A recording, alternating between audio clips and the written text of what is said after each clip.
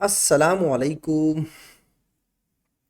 बेटा मैं अपने नेक्स्ट डिस्कशन लेक्चर के साथ स्टार्ट करने लगा हूँ। मैं आपसे डिस्कस कर रहा था मई जून 2022 उसका वेरिएंट 41। हमने 5 क्वेश्चन डिस्कस कर लिए थे। मैं स्टार्ट करता हूँ अपना 6th क्वेश्चन। बेटा ए में पूछ रहा है, describe what is meant by the racemic mixture. Racemic mixture optically inactive होता है और ये उस वक्त बनता है जब आप 50% डेक्स्ट्रो और 50% लीवो रोटेटरी आपस में मिक्स करते हैं भैया। तो describe what is meant by the racemic mixture. ठीक है, a mixture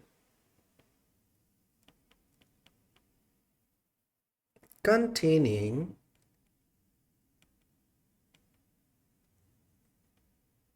50% dextro and 50% levo compounds, and it is optically inactive। ठीक है, आगे आ जाओ। कहता है पार्ट बी में, asparagine is an amino acid contains a chiral carbon. ठीक है, डिस्प्लेज स्टीरियो आइसोमेरिज्म। जाहिर बात है अगर कायरल कार्बन होगा तो ऑप्टिकल आइसोमर शो करेगा। Optical isomer is a type of stereo isomer. Separate sample of asparagine are dissolved in CdCl3 analyzed using carbon 13 and proton NMR spectroscopy। ठीक है, ये आपको दिया हुआ है, इसको गौर से देखिए। इसमें एक कार्बोक्सिलिक है, इसमें एक अमाइन है और इसमें एक अमाइड भी नज़र आ रहा है। ठीक है, अमाइड भी, 3 फंक्शनल ग्रुप नज़र आ रहे हैं मुझे। Predict the number off peak seen in carbon 13। तो बेटा 1 2 3 4, 4 कार्बन। और प्रोटॉन एनएमआर में तो मैं इससे अगर करूँ 1, ये 2, ये 3, ये 4 और ये 5, प्रोटॉन एनएमआर में 5 पीक देगा।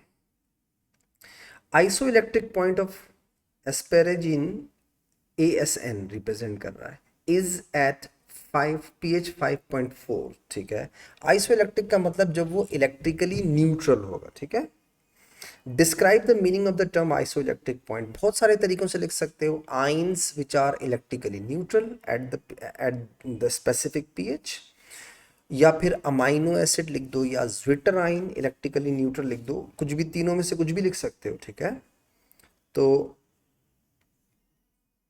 pH at which amino acids are electrically neutral. Draw the structure of asparagine at pH 1। pH 1 का मतलब इंतहाई लो pH है, बहुत ही कम pH है। देखो आइसो इलेक्ट्रिक पॉइंट है 5.4 और pH बहुत उससे नीचे में पूछ रहा है।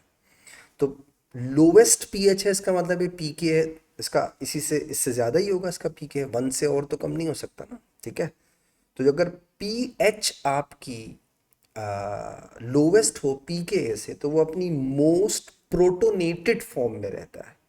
तो बेटा इसकी प्रोटोनेटेड फॉर्म क्या होगी, मैं इसे मिटा दूं पहले। ये देखिए बेटा, इसकी मोस्ट प्रोटोनेटेड फॉर्म क्या होनी चाहिए लोवेस्ट पीएच के ऊपर। देखो अमाइड्स तो न्यूट्रल होते हैं, इसे मत छेड़ना। ठीक है, इसको प्रोटोनेटेड कर दो, दैट्स इट। लोवेस्ट पीएच के ऊपर ये प्रोटोनेटेड होगा, ये ऑलरेडी प्रोटोनेटेड है। डीप्रोटोनेटेड का मतलब प्रोटॉन रिलीज कर दिया इसने। तो अगर हम इसे बनाएं तो इसका स्ट्रक्चर कुछ ऐसा होना चाहिए, COOH। ये भी प्रोटोनेटेड दिखा दो और इसे भी लोवेस्ट पीएच पे प्रोटोनेटेड दिखा दो, तो CH2 C double bond O। ये अमाइड है, याद रखिएगा। ठीक है, तो ये हो गई इसकी लोवेस्ट पीएच पे। तो पीएच बहुत ही कम है तो प्रोटोनेटेड है मोस्ट। आगे देखिएगा, asparagine can polymerise to form poly asparagine, ठीक है। Draw the structure of poly asparagine, show two repeat units, ठीक है। The peptide link should be shown displayed.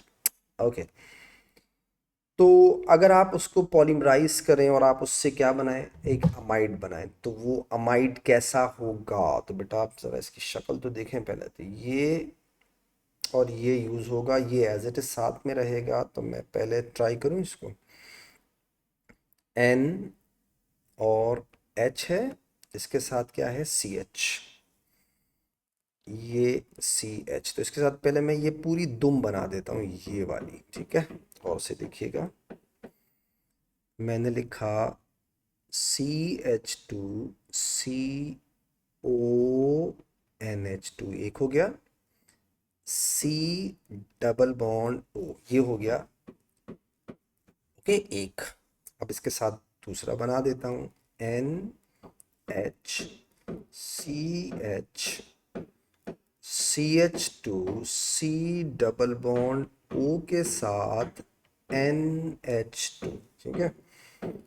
और यहाँ हो जाएगा C डबल बॉन्ड O के साथ बेटा एन सॉल्ट। एक मिनट बेटा, मुझे एक मिनट दीजिएगा।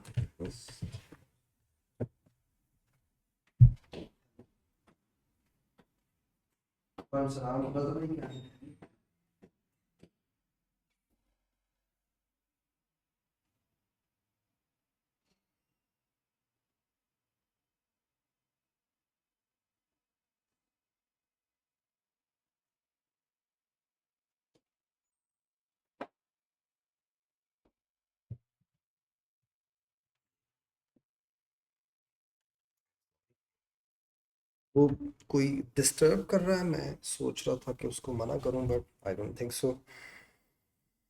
रिजवान, दुनिया में जहालत ख़त्म नहीं होगी। है, तो ये बन गया बेटा, दो रिपीट यूनिट मैंने आपके लिए बना दिए, ठीक है। और डिस्प्लेड बना दिया अमाइड लिंक। आई होप बात समझ में आ गई होगी। The iso electric point of lysine is 9.8। ये लाइसीन है और ये 9.8 है, ठीक है।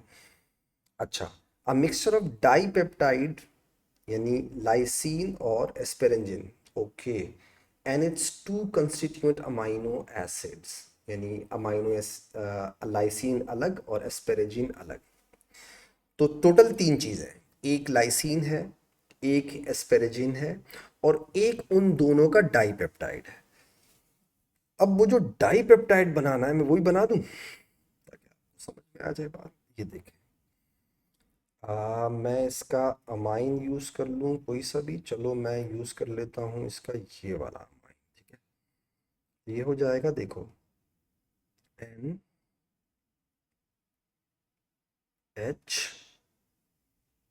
ठीक है, CH, CO, और इसके साथ ये पूरी दुम लगी हुई है, CH2 4 टाइम्स NH2। इसको मैं एस्पेरेजीन के साथ मिला रहा हूँ, ठीक है। एस्पेरेजीन का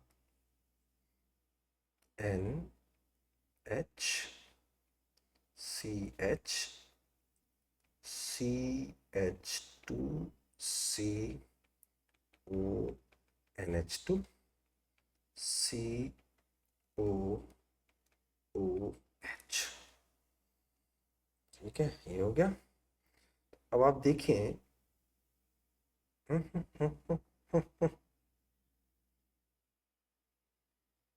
तो दो मिला है ना मैंने, तो मैंने गलत कर दिया, वेट कीजिएगा। ये हो गया एस्पेरेजिन, इसको मैं ना रेड से लिखता हूँ, ठीक है। डाइपेप्टाइड पहले बना दूं, फिर हम आगे चलते हैं। ये एस्पेरेजिन हो गया बेटा, ठीक है, याद रखिएगा। मैं इसको बना,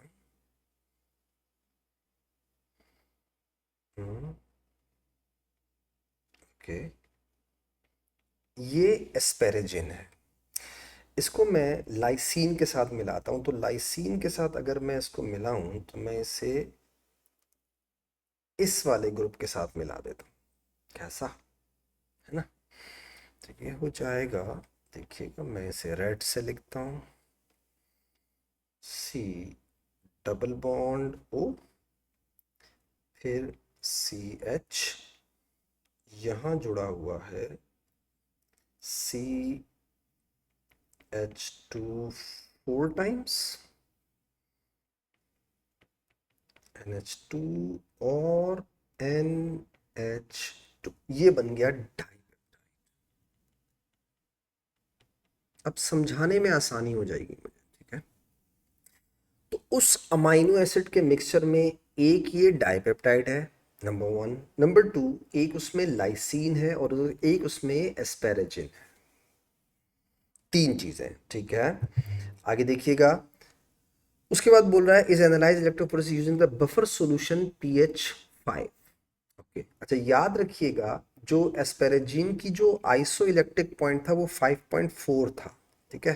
कहाँ लिखा हुआ है, ये रहा। और उसमें एस्पेरेजिन भी है, तो इसका मतलब ये हो गया 5.4 और 5 का मतलब आपका एस्पेरेजिन ऑलमोस्ट न्यूट्रल ही रहेगा, वो नहीं चेंज होगा। थोड़ा बहुत पॉजिटिव होगा, स्लाइटली पीएच कम है बस। 5 और 5.4 में सिर्फ 0.4 का फर्क है, ठीक है। The result obtain are shown in this this this this this, ठीक है, मिक्सर अप्लाइड। अच्छा, पहली बात तो ये हो गया कि 5 पे सारे ही पॉजिटिव हैं क्योंकि ये नेगेटिव की तरफ जा रहे हैं, एक बात हो गई। अब आपको बताना होगा कि ई एफ जी कौन है, suggest the identities of species responsible for E F and G. तो सबसे पहली बात तो ये सब पॉजिटिव है, क्यों? आपकी पीएच लोएस्ट है, कम है। अच्छा, और फिर दिमाग में रखिएगा कि जो आपका एस्पेरेजिन है, एस्पेरेजिन की जो आइसो इलेक्ट्रिक पॉइंट है वो 5.4 है, जबकि इसने पीएच कितनी रखी हुई है, 5 रखी हुई है, तो बिल्कुल क्लोज रखी हुई है, तो तकरीबन न्यूट्रल होगा, पॉजिटिव होगा बट थोड़ा सा पॉजिटिव होगा। आ जाए लाइसीन को चेक कीजिए बेटा। अब देखें, लाइसीन की आइसो इलेक्ट्रिक पॉइंट है 9.8 और आप कितने पीएच पे देख रहे हैं, 5।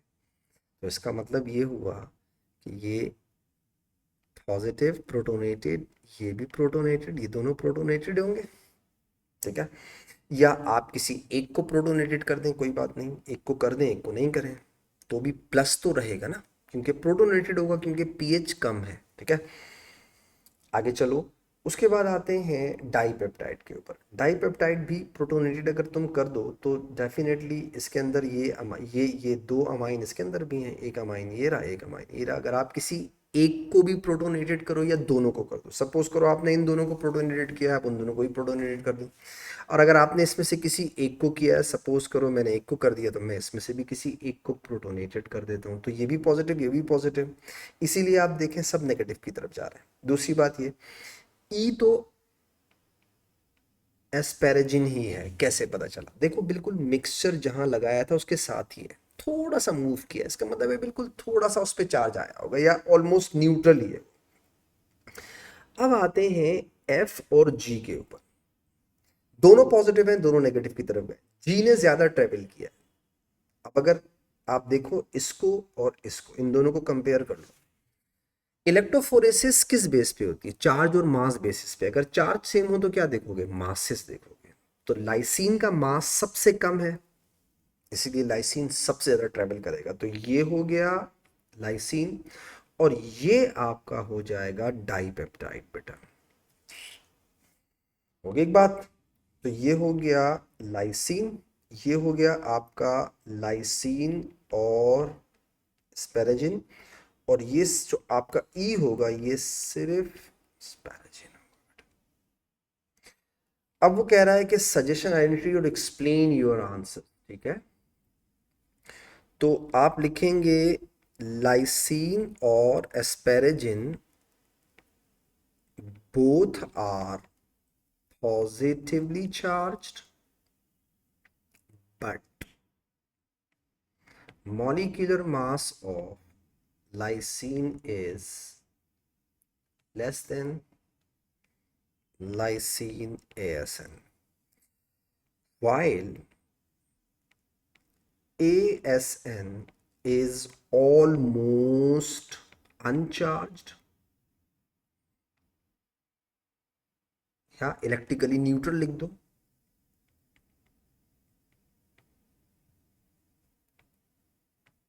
neutral as pH is closed to iso electric point. बेटा बहुत ही क्लोज है ना। नेक्स्ट देखिएगा, thin layer and gas liquid chromatography can be use to analyse mixtures of substances. बिल्कुल सही कह रहा है, हमने क्रोमेटोग्राफी में बहुत डिटेल से पढ़ा है। Each type of chromatography makes use of stationary phase and mobile phase, ये भी हमने पढ़ा है। Complete table 6.1 with an example of each one। Thin layer chromatography में stationary phase क्या होता है? या तो एल्यूमिनियम ऑक्साइड लिख दो, एलुमिना, या फिर सिलिकॉन डाइऑक्साइड लिख दो।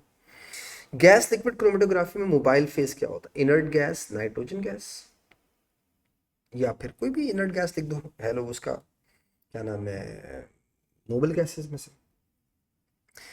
An unknown amino acid is analyzed using thin layer chromatography। ठीक है, अननोन कहाँ है? ये है अननोन। ठीक है, आगे क्या बोलता है? Two chromatographs of the unknown amino acid and four reference amino acid PQRS are obtained using two different solvents। ठीक है, पूछ क्या रहा है? Identify unknown amino acid, justify your answer। यार एक काम करो ना, ये तो इन्होंने RF के लिए दिया हुआ है, ठीक है, इसको छोड़ दो। अब यहाँ देखो, ये लाइन देखो, ये कहाँ जा रही है? देखो ये Q भी हो सकता है और ये S भी हो सकता है। RF वैल्यू सेम है। अच्छा, अब इस अननोन को यहाँ से देख लो, ये R भी हो सकता है और ये S भी हो सकता है। तो पहले वाले सॉल्वेंट से तो पता चल गया कि R तो नहीं है, S हो सकता है। तो देखो यहाँ भी S आ रहा है और यहाँ भी S आ रहा है। तो इसका मतलब है ये जो अननोन अमाइनो एसिड है ये बेसिकली S है। पहचान लिया? अच्छा, कैसे पहचाना? वो कह रहे हैं ना, जस्टिफाई योर आंसर। तो सेम RF वैल्यूज है, तो amino acid is S because of same RF values। क्या बेटा? नेक्स्ट देखिएगा, a mixture containing three organic compounds analyzed by gas chromatography and mass spectrometer। the gas chromatogram is shown। ठीक है, the area underneath each peak is proportional to the mass of the respective compound in the mixture। ये सब हमें पता है। the concentration of K in the mixture is 5.52 gram per dm cube। ठीक है, calculate the concentration in mole per dm cube, okay, of compound L in the mixture। और molecular mass दिया हुआ है L का 116। ठीक है, अच्छा देखो, रिलेटिव पीक एरिया दी हुई है, K की दी हुई है और L की भी दी हुई है, J की भी दी हुई है, और L की पूछ रहा है। तो हम पहले एक काम कर लेते हैं, सिंपल रेशो से कॉन्सेंट्रेशन ग्राम पर डीएम क्यूब में निकाल लेते हैं। देखो 44 जब थी तो कॉन्सेंट्रेशन थी, भाई पीक एरिया तो सबका रिप्रेजेंट कर रहा है ना, प्रोपोर्शन रिप्रेजेंट कर रहा है कि कौन कितना है, कितनी कितनी अबंडेंस है उसकी या कितनी क्वांटिटी है उसकी। तो 44 के साथ आ रही है 5.52 10⁻⁻²। तो हम पहले ना 58 से निकाल लेते हैं। 58 से होनी चाहिए x, ये कंपोनेंट L की कॉन्सेंट्रेशन आ जाएगी ग्राम पर डीएम क्यूब में। निकालो, देखिएगा 58 इंटू 5.52 10⁻⁻² डिवाइडेड बाय 44। बेटा ये मेरे पास आ गई 0.07276 ग्राम पर डीएम क्यूब। ओके, उसने तुमसे पूछा है मोल पर डीएम क्यूब। तो बेटा मास को मोल में कैसे कन्वर्ट करोगे? Mole is equal to mass upon molecular mass. तो बेटा मास आपको दिया हुआ है 0.0726 डिवाइडेड बाय मॉलिक्यूलर मास आपको दिया हुआ है 116। जो भी आंसर है उसे डिवाइड कर दो मॉलिक्यूलर मास से, मोल पर डीएम क्यूब में आ जाएगा। डिवाइडेड बाय 116, मेरे पास आंसर आ रहा है 6.27 इंटू 10⁻⁻⁴। ठीक है बेटा, मोल पर डीएम क्यूब, मोल पर डीएम क्यूब। डन हो गया।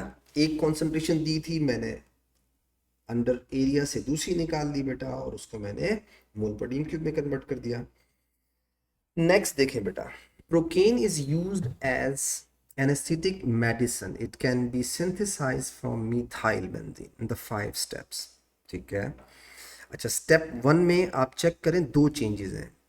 एक तो अल्काइल कार्बोक्सिलिक में कन्वर्ट हुआ है और दूसरा नाइट्रो ग्रुप लगा है। तो इसका मतलब ये हुआ कि आपने KMnO4 के साथ इसे रिफ्लक्स किया होगा और आपने कॉन्सनट्रेटेड नाइट्रिक एसिड और कॉन्सनट्रेटेड सल्फ्यूरिक एसिड का मिक्सचर लिया होगा, नाइट्रेशन। ठीक है। टेम्परेचर 50 डिग्री सेंटीग्रेड रखा होगा। स्टेप 2 के अंदर आपने थायोनाइल क्लोराइड से रिएक्ट करवाया तो कार्बोक्सिलिक को आपने एसाइल में कन्वर्ट कर दिया। ठीक है, समझ आ रही है बात। स्टेप 4 के अंदर आपने एसाइल से एस्टर बनाया, तो इसका मतलब ये हुआ, ये वाला पार्ट ऐड हुआ है ना, तो इसका मतलब ये हुआ ये कोई अल्कोहल था, क्योंकि अल्कोहल जब एसाइल से रिएक्ट करेगा तो एस्टर बनाएगा। इसका मतलब है it must be some alcohol. ठीक है, ये पूरा पार्ट जो था। उसके बाद आपने नाइट्रो ग्रुप को कन्वर्ट कर दिया है अमाइन के अंदर, तो इसका मतलब है 10 प्लस कॉन्सनट्रेटेड HCl और साथ में आपने किया होगा हीट। पहले मैंने अपना काम कर लिया, मुझसे वो पूछ रहा है नहीं पूछ रहा बात की बात है, हमने अपना काम किया।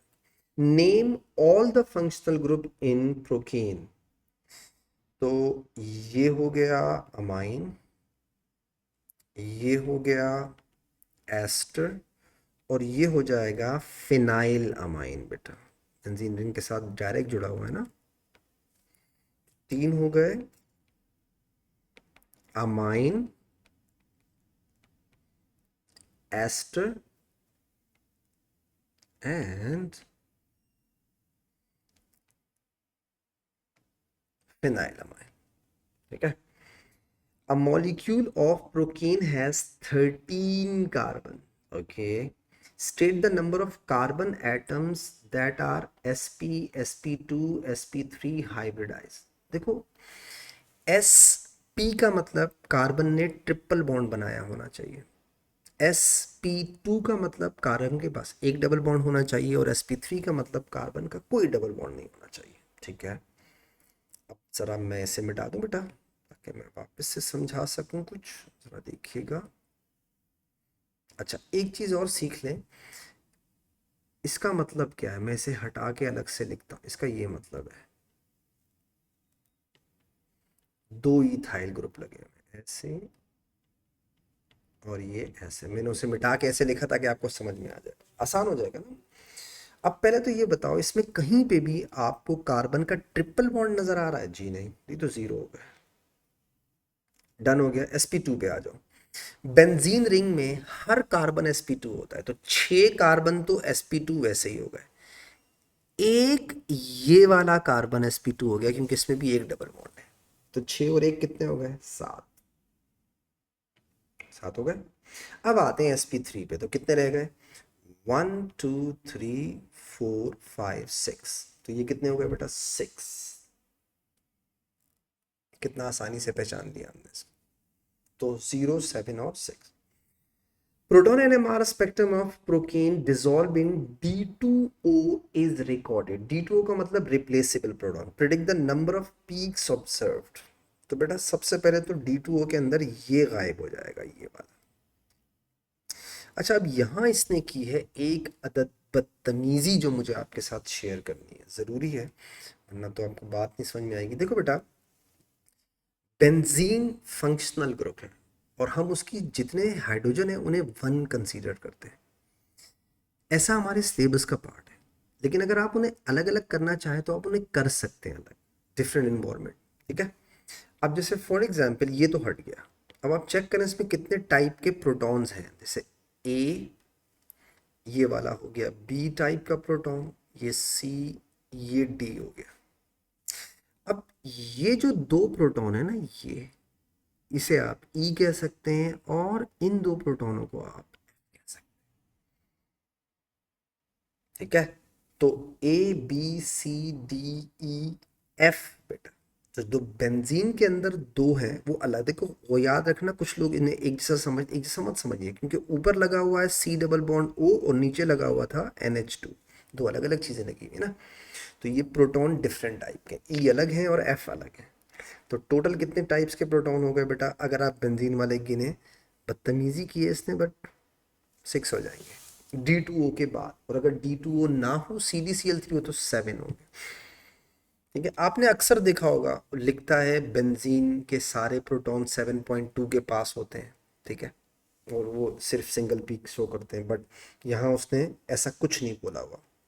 तो you have to consider the brain state why procaine can act as a base. बेटा अमाइन है ना, amine are bases, amine are bases क्यों होते हैं, क्योंकि लोन पेयर ऑफ नाइट्रोजन की वजह से। ठीक है, तो लोन, और दूसरी बात ये भी तो बेस है, फिनाइल अमाइन, यस दोनों बेसिस है ना।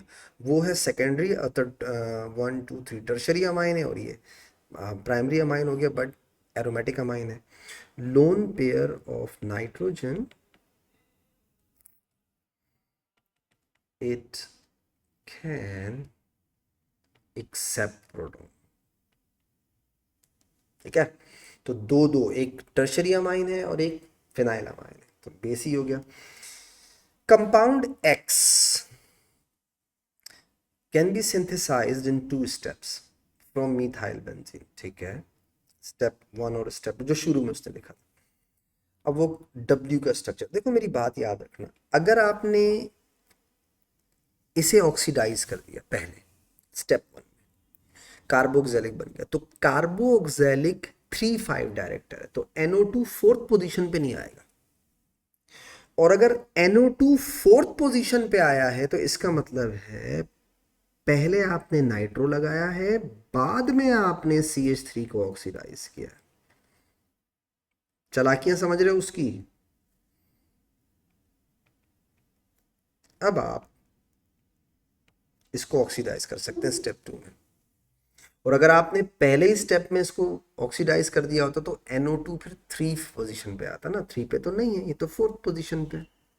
का मतलब ये हुआ पहले आपने नाइट्रो ग्रुप लगाया, यानी स्टेप 1 में आपने concentrated nitric acid plus concentrated sulphuric acid 50 degree centigrade use किया।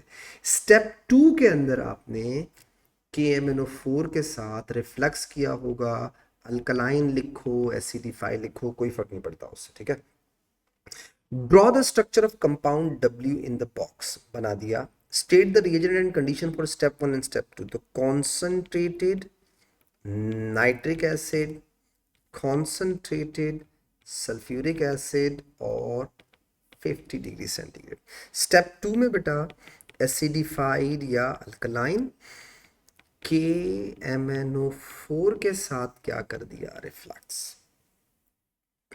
Procaine is synthesize in 3 steps from X, वो जो शुरू में उन्होंने बताया था। ठीक है, suggest the reagent and condition for step 4 step 5, step 4 step 5, ये रहा 4 और ये रहा स्टेप 5। तो 4 में आपने ये अल्कोहल लिखना है पूरा। ठीक है, तो 2 दफ़ा CH2 है, मैं एक दफ़ा देख लूँ, ये हो जाएगा CH2 N और CH3 टेकन ट्वाइस, यहाँ आ जाएगा OH।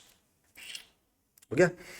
स्टेप 5 में बेटा 10 प्लस कॉन्सेंट्रेटेड HCl के साथ आपने क्या कर दिया, इसको heat. Done. Explain what is meant by the partition coefficient. तो सिंपल बच्चों वाले 2 मार्क्स का सवाल आपको आखिर में फिर दे दिया इसने, डेफिनेशन पूछ रहा है, मतलब उसको एक्सप्लेन कर दो। Ratio of solute, ratio of solute between two immiscible liquids at equilibrium, ratio of concentration of solutes। ठीक है, पूरी बात लिख देते हैं, 2 मार्क्स दे रहा है, थोड़ा सा तमीज से लिख लेते हैं। Ratio of concentration of solute, partition coefficient of protein between octanbanol and water is this, octanbanol water immiscible बकवास, containing 0.5 gram in 75, ठीक है, of water shaken with 50 centimeter cube, this calculate the mass of this, class में भी करवा चुका हूँ ये सब कुछ। चलो, नॉन पोलर अपॉन पोलर लिखा करो, स्टैंडर्ड ये है, लेकिन अगर कोई रिवर्स कर दे तो वो मार्किंग स्कीम में अक्सर लिखता है और ORA और रिवर्स आर्ग्यूमेंट, तो चला लेता है, कोई इशू नहीं।